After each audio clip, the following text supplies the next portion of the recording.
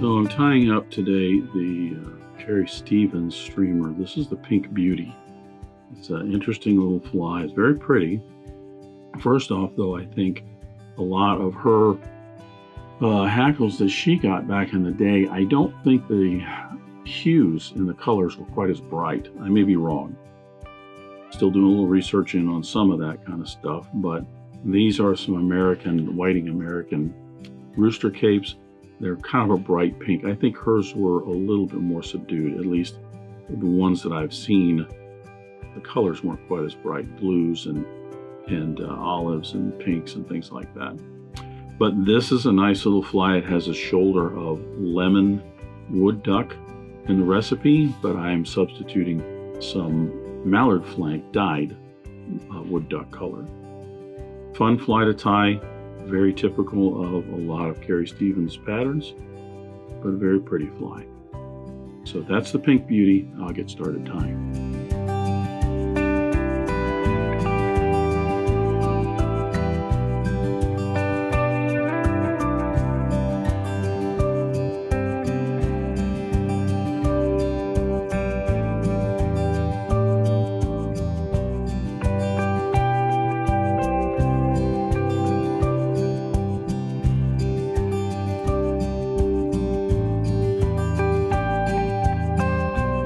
I'm going to start the Pink Beauty with my hook in the vise. This is a Partridge hook. It's a CS15 9x long hook in a size 4. I'm going to do something a little bit different this time. Normally I'll attach the thread right behind the eye of the hook, lay down a base layer of thread.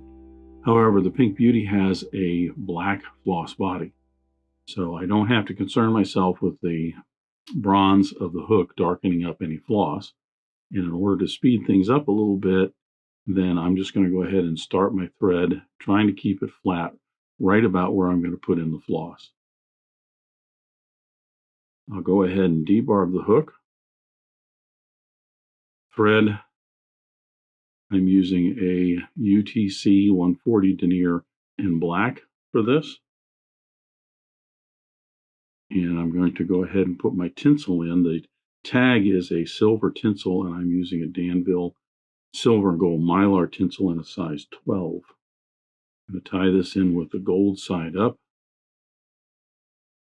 There is no tail, so I can advance the thread down the hook shank, binding in that tinsel to about the point of the hook, and then bring my thread back. I'm trying to keep this somewhat flat so that it's not corded, which would translate up through that tinsel. Just keeping this smooth, that's all. At least trying to. And I'll get back up to where I tied in that tinsel. Now I'm going to tie in the body. The body is I'm using a Danville 4-strand rayon in black. But I'm going to do something a little different here also. Often when I am tying this in, I'll get some floss out here.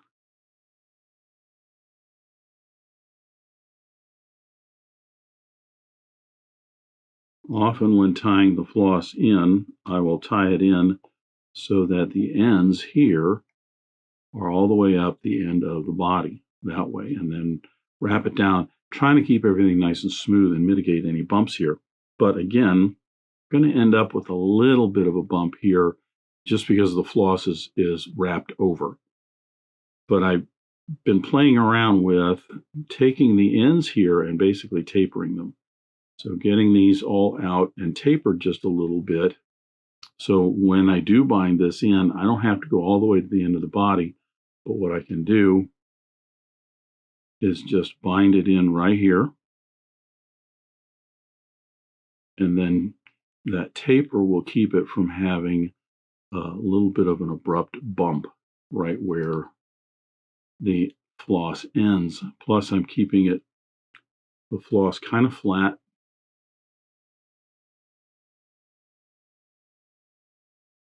If I were tying this mostly to be framed and I knew this was something I wanted to really, really look extra special, then I probably would just go ahead and do it the way that I have in many other videos.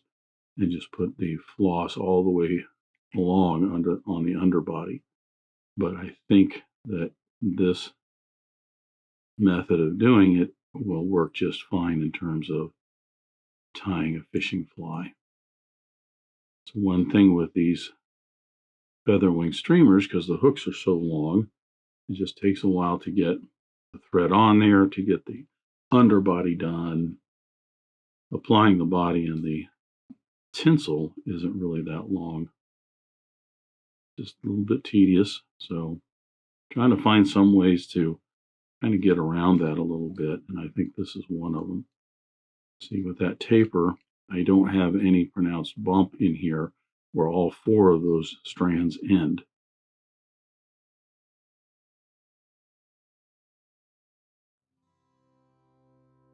So now I will apply the floss body and the tinsel, silver tinsel, for the tag and the rib.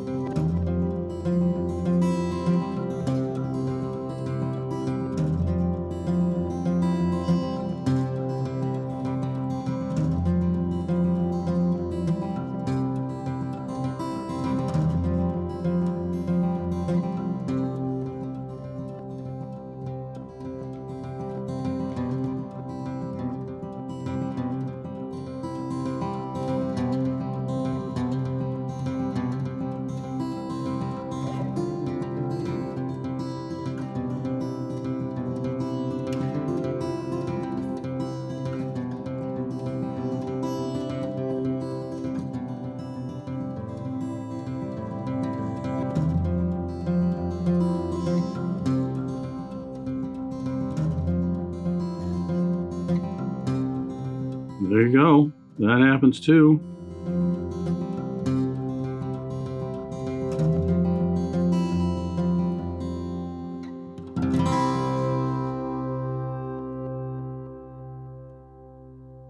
One downside with this Mylar tinsel is it has a lot of memory to it. And that often happens if it slips out of your fingers. It's all just going to come unraveled.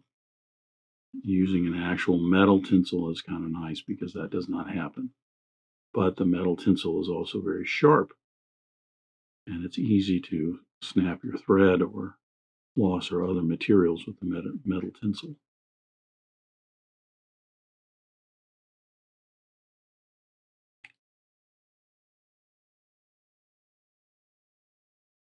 So there you go. The body is all tied in. The head on the Pink Beauty is actually a black head with an orange band, but I'm going to attach some orange thread on here right now in order to lay down a nice base of orange in the head, and then we'll put in black bands to make it look as though it's all black with an orange band. This is a uni thread. That's what I was going to say. It's a uni thread 8/0 in orange. Advance my thread down maybe about 2 eye lengths behind the eye of the hook, and I'm going to tie in the belly. The belly is some white bucktail. I'm going to choose a little bit of small clump. It's very sparse. The bucktail on these is not real thick. It's just there to add a little bit of white for a belly in our little streamer. I'm going to get the short hairs out. And then take a look. I've got some broken ends here that I'll take out. Right here.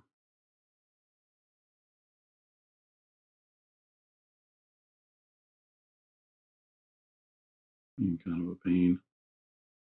Then I have some that are real long, so I'm going to take these out and put them back in. I'm going to go through and take a bunch of these that are really long out, putting them back in like this, trying to get everything more or less the same length towards the end here. Doesn't have to be perfect, and you could, if you want to, put these in a stacker. Some people do. I'm not a fan of it because I think it gives it too much of a clean cut look. I want something that is a little more tapered. A lot of broken ends in this. So get all those short ones out and everything, and you're left with enough for a belly. And you're going to want to make that belly, it's going to go maybe about 1/4 of an inch, 3/8 of an inch or so past the bend of the hook. It's going to end up being about as long as the entire wing. Tie that right in underneath. Get that nice and secured. Trim away the excess. Secure those down with a few wraps. Now we're going to put the throat in.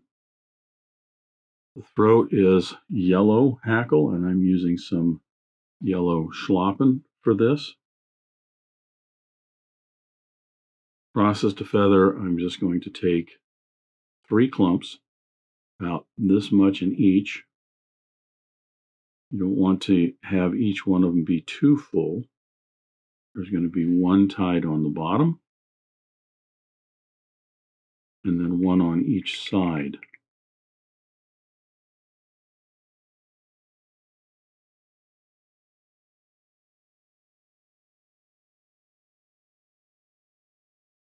If anything, I would probably make the one on the bottom a little sparser and the ones on the sides maybe a little bit fuller. I just think it looks a little bit better. Take your time with it.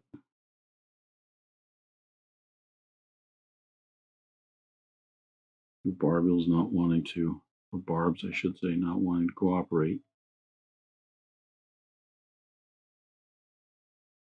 You can see this is just tied right on the side, like that.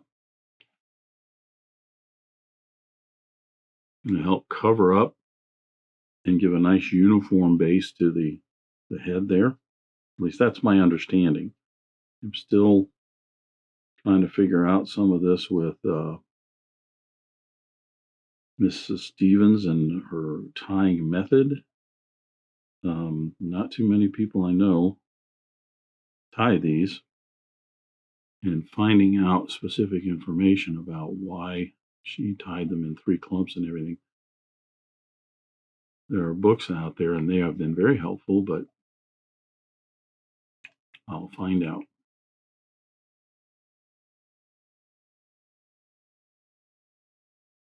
So that's the rest of the throat. Again,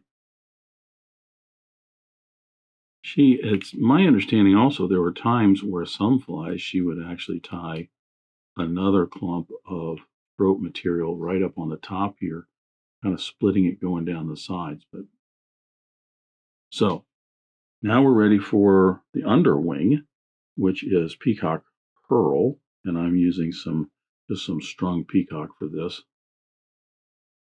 You want to get the tips of those even. They don't have to be perfect, but you don't want them also looking like they've been cut. If anything, if you got a ragged tip, then just bust it off with your thumbnail or something, pinch it and snap it off. At least it will look a little more natural. You get those more or less even. They don't have to be perfect. Tie those in as long as the underbelly.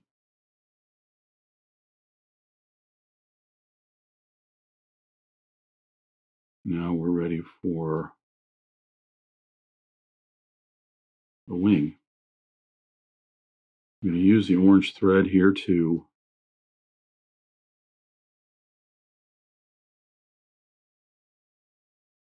smooth this area out, ready for the wing. And I'm still, notice the back of my head is still about 2 eye lengths behind the eye of the hook. Very easy to crowd the front of this and end up with a big, real big, thick head on it.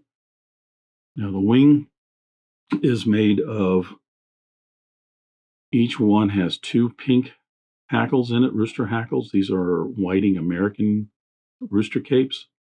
Has a shoulder of lemon wood duck and a cheek of jungle cock. I don't have any lemon wood duck, but what I do have is some regular mallard flank that's dyed a wood duck color. So that basically is a substitute for the lemon wood duck.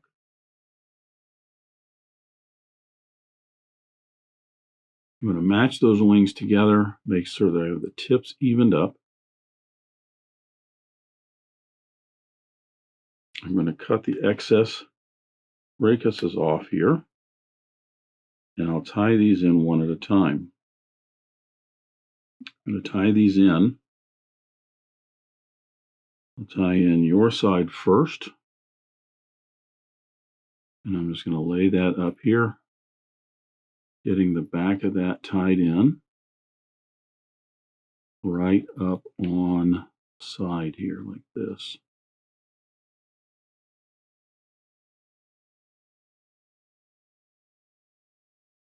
Then I'll put my side on, matching up the back end here best I can. Sometimes I'd rather have the front up here matched up, and sometimes in terms of tying it in, you have to slide it a little, and these won't be 100% matched up, but I think that works still.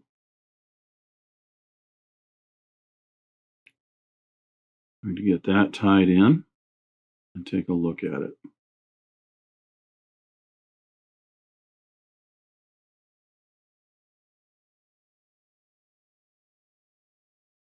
So those look like they're tied in pretty good.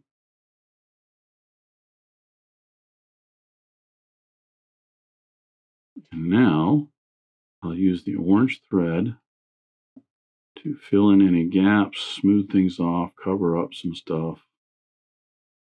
You know, you probably could have been thinking about, like at this stage, using a 140 Denier UTC or something instead of this 8/0. A little bit wider, covers up, maybe even a little bit smoother. Just a little bit of that rake is poking through.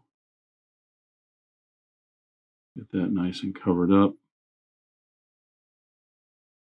And I'm going to put in about a 5 or 6 turn whip finish from the back of the head here to the front. I'm not flattening out the thread here. You could if you want.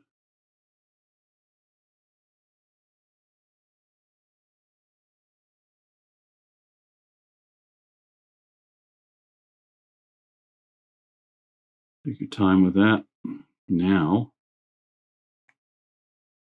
I'm going to reattach my black, and in the other videos, I've actually used a Danville 6/0 black, but I started for this one going back to the 140 Denier UTC, and the reason is it can lay down flat, smooth some of this out, and it's going to cover it a little bit better.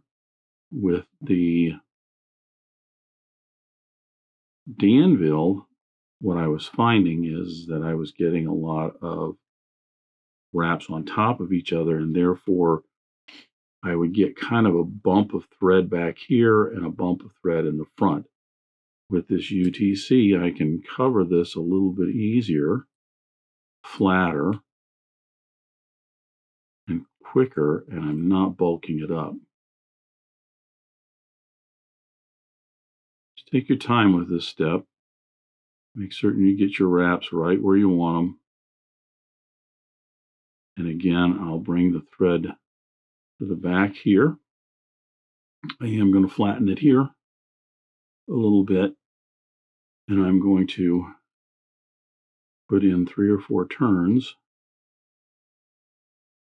from the back towards the front, kind of smoothing that off a little bit.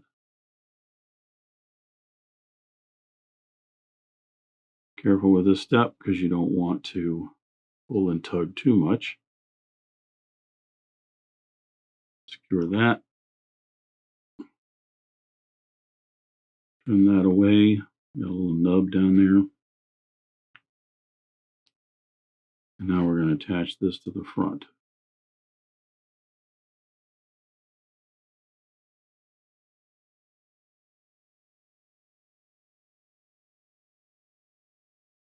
And again, the front. Now the same process. I'm just going to work my way backwards where I get the front third of that with all covered in black. Now I've got a nice orange stripe in there. Don't put on more than you need to. Just put on what you need. And then from the back of that, I'm going to flatten the thread out. And I'll put in about a 4 or 5 turn whip finish. Flat thread just helps it to kind of smooth the whole thing off. Take your time with this.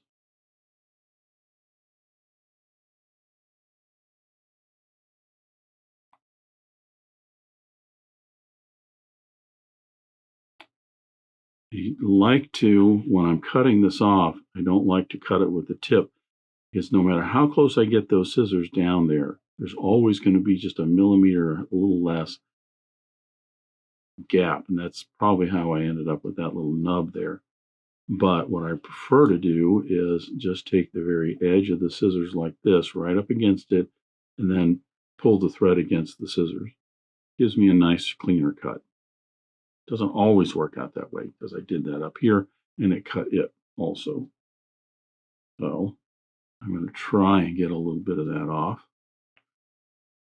As a fishing fly, this would not be an issue.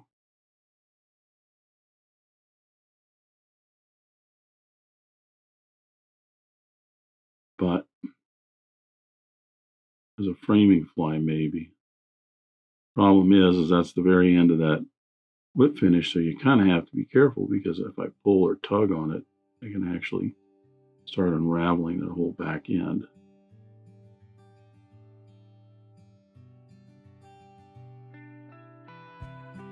All right, well, I'm going in there for a little nub that I can't get anymore, and I think I just clipped a little bit of the throat. Yep, there you go, a couple barbs out of that. But let me get some head cement on this, and I'll come back with 2 or 3 coats of clear lacquer on this, which will help to secure all this.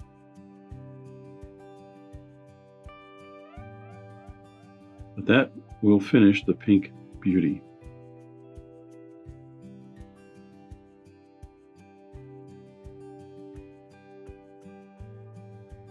Pretty little fly. I think if you wanted to really get an all pink, I think maybe the throat as well as the body. But I think the black in there gives it a nice little contrast. Nice colors that all work together pretty well. So that's Carrie Stevens' Pink Beauty. Thanks for watching today. Thanks for joining me at Devise today. I hope you learned at least a new pattern, if not a new technique, maybe a tip or trick here and there. If you have any questions about this fly or any of the techniques used in constructing this pattern, please leave them in the comments section down below. If you go to the trouble to ask a question, I'll go to the trouble to answer it. If you'd like to help dressed irons, please share this video with your friends and anybody you think that might enjoy this pattern. Until next time, remember, it's fly tying. If you're not having fun, then you're doing it wrong.